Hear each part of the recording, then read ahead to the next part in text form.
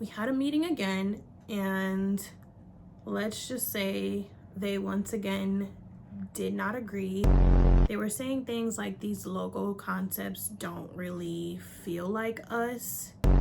They don't have anything to do with like our brand lingo, our brand voice, our values, and things like that. The whole time I'm designing strictly off of their strategy and like strictly what they were looking for. Hi guys, welcome back to my YouTube channel after like 6 years. We're not going to talk about it, but I wanted to come on here and just start sharing more of my journey with you guys, more realistic behind the scenes, and just giving you guys like just more daily vlogs and things like that as a designer. But more importantly, I want to talk to you guys about the trials and tribulations that I have to go through. Not everything is like pretty, not everything is roses, and sometimes these things bite in the ass hard. And I think the roughest thing that I've ever had to go through as a freelancer is losing a $10,000 client. Who wants to lose $10,000? Not me, certainly not me, but it was for the best. And I'm just gonna break down everything that happened, break down the project scope so you guys can get an understanding of what I was working with. And I really want to just show you guys the realistic aspects of all of this. As a freelancer, I've had a lot of failures.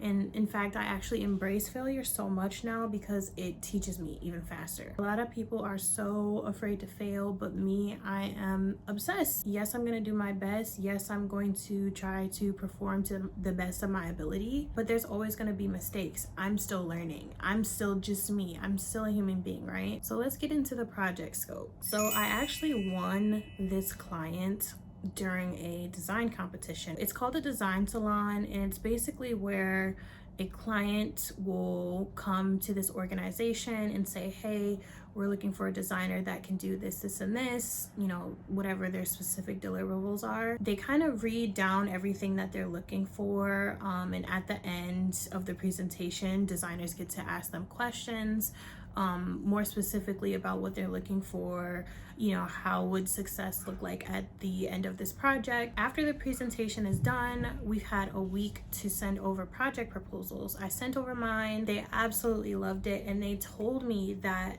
after they read the 4th page, I think I have like 20 pages in my project proposal, but after the 4th page, they had already selected me out of 9 other designers. I just remember meeting with them and being so excited after they made their selection with me. They were like, we loved everything. We loved reading through your proposal, and we decided, they said this specifically, that they had chosen me by page 4, and they just continued to read through the proposal because everything seemed so promising.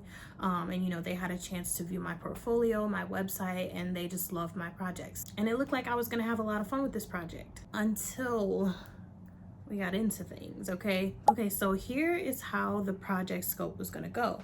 So they would pay me my deposit.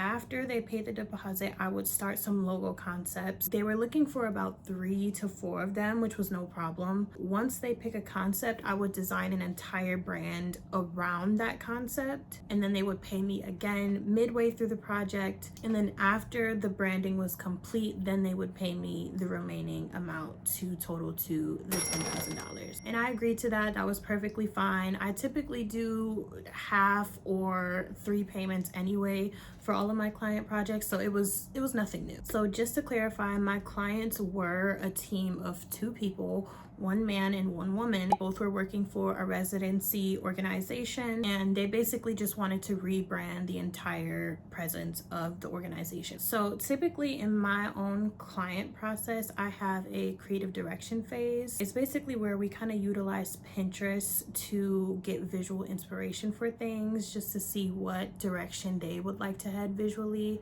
And it kind of helps me and my clients get on the same page of what we're going to be doing and what we're going to be working towards, right? How do we want to evoke emotions? How do we want to portray photography?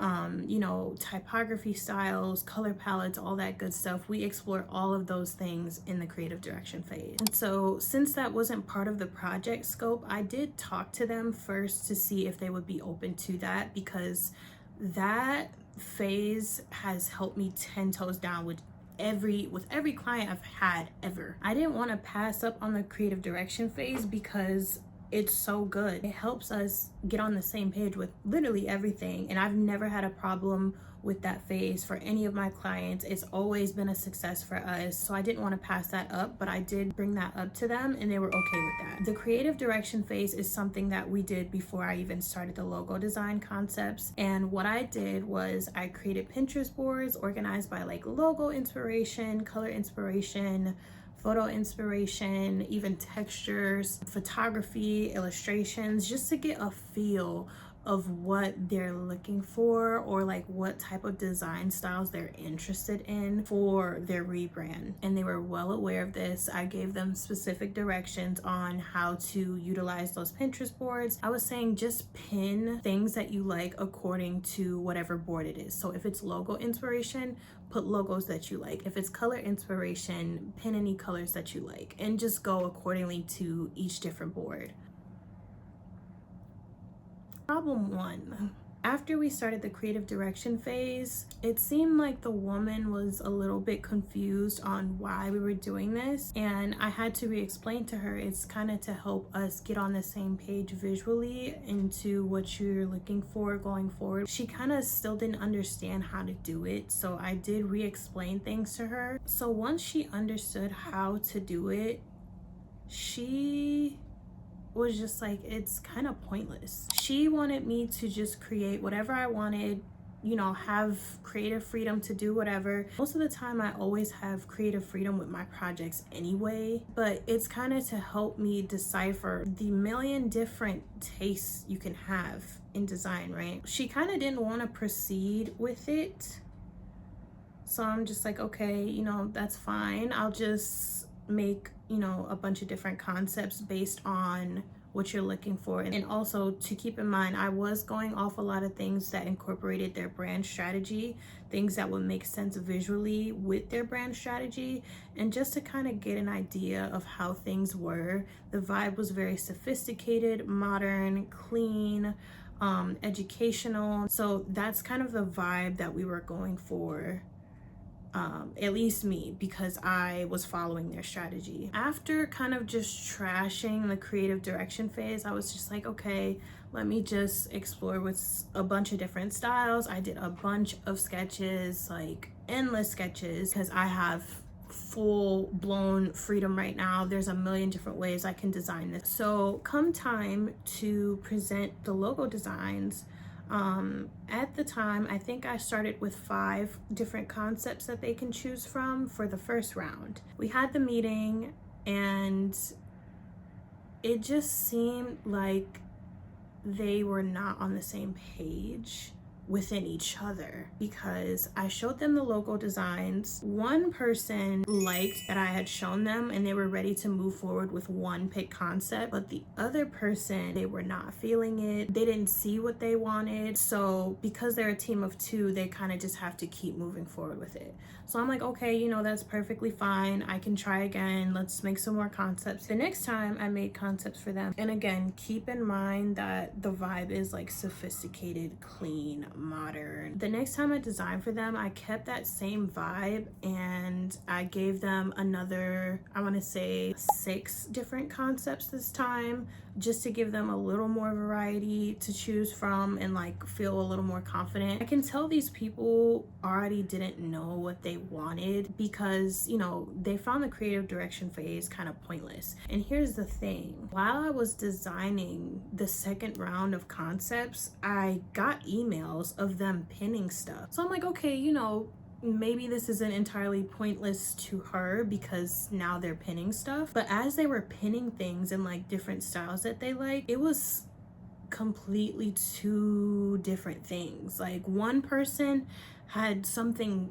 playful, something fun, something like with more illustrations and more color. The other person was pinning stuff that's more muted and more sophisticated and clean, which is the exact vibe that we were going for. I'm starting to notice that there is a disconnect between the 2 of these people, and they're supposed to be working together and agreeing on things, and it seems like they can't. That's what it's giving. So as they're pinning in the Pinterest board, I'm not saying anything. I'm just kind of still working on the concepts, but I'm keeping things in mind. Like whatever they pinned did kind of shape how I made these concepts, because I'm trying to cater to each of their tastes at this point, but also kind of infuse both vibes in a way where they can kind of meet in the middle. And it's not too sophisticated or too playful, but it can, you know, be a good little mesh. So those were how my second round of concepts came out. We had a meeting again, and let's just say they once again did not agree. They were saying things like these logo concepts don't really feel like us. They don't have anything to do with like our brand lingo, our brand voice, our values, and things like that. The whole time I'm designing strictly off of their strategy and like strictly what they were looking for. But then again, it was kind of hard for me to tell what they were looking for, because I can tell that they were on two entirely different vibes. After that meeting, I'm starting to get a little weary, because it's just like, okay, well, I've already created just about maybe double, triple the concepts that you were looking for. And usually with indecisive clients, it's not gonna be good. It's never a good time. And you know, maybe it could have been on my end that I wasn't creating the things that they were looking for, but then again, I don't think they knew what they wanted. And I've never had clients tell me that, you know, you've created something that just doesn't match what I'm looking for. Every single time it's been a success because of the creative direction phase. So fast forward, TLDR, this is repeating to the point where I have made 60 logo concepts for these people. My patience was insane. I did not want to lose the $10,000, but at this point, it was just getting to a point where I'm just like, you know what? I'd rather have peace of mind than continue to go in circles, and they're just gonna continue to not know what they want. And that entire time, you guys, they were never on the same page. I still to this day, I don't even know if this organization was able to get a rebrand. That entire time, they were just not on the same page. As I was designing over and over and over, one person would say, hey, let's try this. And then the other person would say, hey, no, let's actually try this. So at this point, I'm just spitting out concepts that could cater to one another, but also kind of meets in the middle, if that makes sense. I wanted to make something that caters to the strategy, but also is going to make sense visually. And I feel like as a professional, they kind of were not allowing me to do that. They were just like, oh, we kind of just care about the visuals, and I want it one way and I want it another way. It's a lot of tugging and pulling between all three of us right now, and I think I started to lose it because the due date for the entire project had passed, you guys, and we had not even made it past logo concepts. And I think what really blew me is that it was my vacation time, and I was designing on the first day of my vacation. The first night, I was sending them emails at midnight trying to show them more concepts, and after that I was ready to give up on the project, because I'm like, I am spiraling, I am losing it. I had the craziest creative burnout for like a month straight. Like I just didn't want to do anything because that project through me. So, you know, in this point, I'm just like, okay, if this doesn't work out, I'm ready to just put my foot down and just walk away from this project, because now you guys have me designing on vacation and I'm supposed to be having a good time, and this project was already due. You know what I'm saying? Like I just don't want to, I don't want to do that. After I sent them my last round of concepts while I'm on vacation, they emailed me back saying, hey, you know, again, this is not what we're looking for, and unfortunately we have to let you go from the project. And you know, as sad as that was to lose a $10,000 project, I was so relieved, because you guys, I was spiraling like no other. I don't think I've ever spiraled so hard with anything creative like that. Like, yeah, it was very unfortunate, but I was just like, wow, I feel so much better. I can enjoy my vacation. I can go home and just rejuvenate myself from everything that I just went through. And it's super unfortunate that I just lost $10,000, But one thing about me, I'm going to speak that abundance right back into my business, right? And thankfully, I was able to book another client and I got that money right back. Yeah, it could have been double, but I was still so happy to just be away from that, because that is what we call a hell client. And I will say a lot of the disconnect simply just came from not knowing what they wanted within each other, because most of the time in the meetings, one person would tell me to design something and then the other person would say, hey, no, let's actually try it this way. And it's just like, okay, you guys are never on the same page, so what am I supposed to do? I tried to meet you guys at a middle ground. That didn't work. I've created 60 different concepts for you guys, and not one of those worked.